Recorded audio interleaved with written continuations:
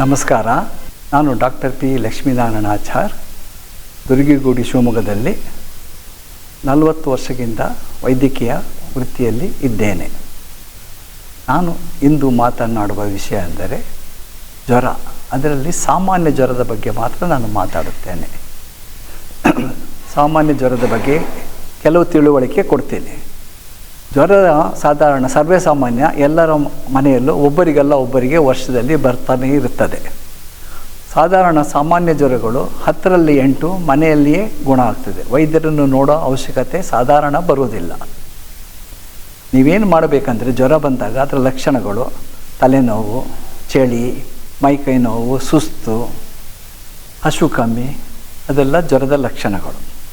ನೀವು ಜ್ವರ ಬಂದಾಗ ದಿನಕ್ಕೆ 3 ಸಲ ಅಥವಾ 4 ಸಲ ಪ್ಯಾರಾಸೆಟಮಾಲ್ ಮಾತ್ರೆ ತೆಗೆದುಕೊಂಡರೆ ಜ್ವರ ಶಮನವಾಗುತ್ತದೆ. 2-3 ದಿನದಲ್ಲಿ.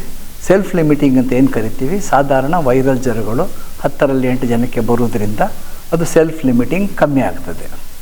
ನೀವು ಜ್ವರ ಬಂದಾಗ ತುಂಬ ನೀರು ಕುಡಿಬೇಕು. ಏನಕ್ಕಂದರೆ ಜ್ವರ ಬಂದಾಗ ನೀವು ಒಂದು ಪ್ಯಾರಾಸಿಟಮಾಲ್ ಮಾತ್ರೆ ತೊಗೊಳ್ತೀರ, ಒಂದು 4 ಗಂಟೆ ಸ್ವಲ್ಪ ಜ್ವರ ಕಮ್ಮಿ ಆಗುತ್ತೆ. ಆಗ ತುಂಬ ಬೆವರ್ತೀರ, ತುಂಬ ದ್ರವ ಮತ್ತು ಲವಣ, ಮನೆಯಿಂದ ಉಪ್ಪು ಲಾಸ್ ಆಗುತ್ತೆ. ಸೊ ಅದನ್ನು ಮೇಕಪ್ ಮಾಡಲಿಕ್ಕೆ ನೀರು, ಜ್ಯೂಸು ಅಥವಾ ORS ಪದಾರ್ಥಗಳನ್ನು ತೆಗೆದುಕೊಳ್ಳಬಹುದು. ಮತ್ತು ಜ್ವರ ಬಂದಾಗ ಒಂದು ತಪ್ಪು ಕಲ್ಪನೆ ಇದೆ ಜನರಲ್ಲಿ, ಊಟ ಮಾಡಬಾರದು ಅಂತ. ಹಾಗೇನಿಲ್ಲ. ಜ್ವರ ಬಂದಾಗ ನೀವು ಮಸಾಲೆ ಐಟಮ್ಗಳು ಅಥವಾ ಗಟ್ಟಿ ಪದಾರ್ಥಗಳು ತಿನ್ನಬಾರದು. ಸಪ್ಪೆಬೇಳೆ ಸಾರು, ಕಿಚಡಿ, ಇಡ್ಲಿ, ಹಣ್ಣು ಅಂಥ ಆಹಾರಗಳನ್ನು ಚೆನ್ನಾಗಿ ಆವಾಗ ಸೇವಿಸಬೇಕು. ಬಾಯಿ ರುಚಿ ಇರುವುದಿಲ್ಲ. 3 ಸಲ ತಿನ್ನೋದೇ ಬೇಕಾದ್ರೆ 5 ಸಲ ತಿನ್ನಿ, ಸ್ವಲ್ಪ ತಿನ್ನಿ. ಮತ್ತು ಇತ್ತೀಚೆಗೆ ಕೋವಿಡ್ ಆದಮೇಲಿಂದ ಜನಕ್ಕೆ ಒಂದಿದೆ, 650 mg ಪ್ಯಾರಾಸಿಟಮಾಲ್, ಡೋಲೋ 650. ನನ್ನ ಹತ್ರ ಬರ್ತಾರೆ ಸುಮಾರು ಪೇಷಂಟ್, ಡೋಲೋ 650 ತೊಗೊಳ್ತಾರೆ. ತೊಗೋಬೋದು. ಯಾವಾಗ 60-70 kg ಮೇಲೆ ಇರಬೇಕು. 40-50 kg ಇದ್ದ ಮನುಷ್ಯನಿಗೆ ಪ್ಯಾರಾಸಿಟಮಾಲ್ 500 mg ಮಾತ್ರೆ ಸಾಕಾಗ್ತದೆ. ಮತ್ತು ಜ್ವರ ಬಂದಾಗ ನೀವು ಮಾಡಬೇಕು ಏನಂದರೆ, ವೈರಲ್ ಜ್ವರಗಳು ಒಬ್ಬರಿಂದ ಒಬ್ಬರಿಗೆ ಬರುತ್ತದೆ. ಸಾಧಾರಣ ಮನೆಯಲ್ಲಿ ವೃದ್ಧರು, ಮಕ್ಕಳು ಅಥವಾ ಏನಾದರೂ ಶುಗರ್ ಕಾಯಿಲೆ ಆ ಥರ ಇದ್ದವ್ರನ್ನ ಆದಷ್ಟು ಅಂತರ ಕಾಯ್ದುಕೊಂಡ್ರೆ ಒಳ್ಳೆಯದು. ನೀವು ಅದಕ್ಕೆ ಮಾಸ್ಕ್ ಉಪಯೋಗಿಸಿದರೆ ಇನ್ನೂ ಉತ್ತಮ. ತುಂಬ ಜ್ವರ ಇದ್ದಾಗ ನೀವು ಒದ್ದೆ ತಣ್ಣೀರು ಬಟ್ಟೆಯನ್ನು, ಎಸ್ಪೆಷಲಿ ಮಕ್ಕಳಿಗೂ ಆಗಲಿ, ತಲೆ ಮೇಲೆ, ಎದೆ ಮೇಲೆ, ಹೊಟ್ಟೆ ಮೇಲೆ ಟೆಪಿಡ್ ಸ್ಪಾಂಜಿಂಗ್ ಅಂತ ಕರಿತೀವಿ, ಅದನ್ನು ಹಾಕ್ತಾ ಇದ್ದರೆ ಒಳ್ಳೆಯದು. ಮತ್ತು ಜ್ವರ ಬಂದಾಗ ಸ್ನಾನ ಮಾಡಬಾರದು ಅಂತ ಏನೂ ಇಲ್ಲ. ಸ್ನಾನ ಮಾಡಬಾರ್ದು ಹೋದಾಗ ನಿಮಗೆ ಸುಸ್ತಾಗಿ ನೀರು ಬಿದ್ದಾಗ ತಲೆ ಸುತ್ತು ಬರ್ಬೋದು, ಬೀಳ್ಬೋದು ಅನ್ನೋ ದೃಷ್ಟಿಯಿಂದ ಬಿಟ್ಟರೆ ಸ್ನಾನ ಮಾಡೋದ್ರಿಂದ ಜ್ವರಕ್ಕೇನು ತೊಂದರೆ ಆಗೋದಿಲ್ಲ.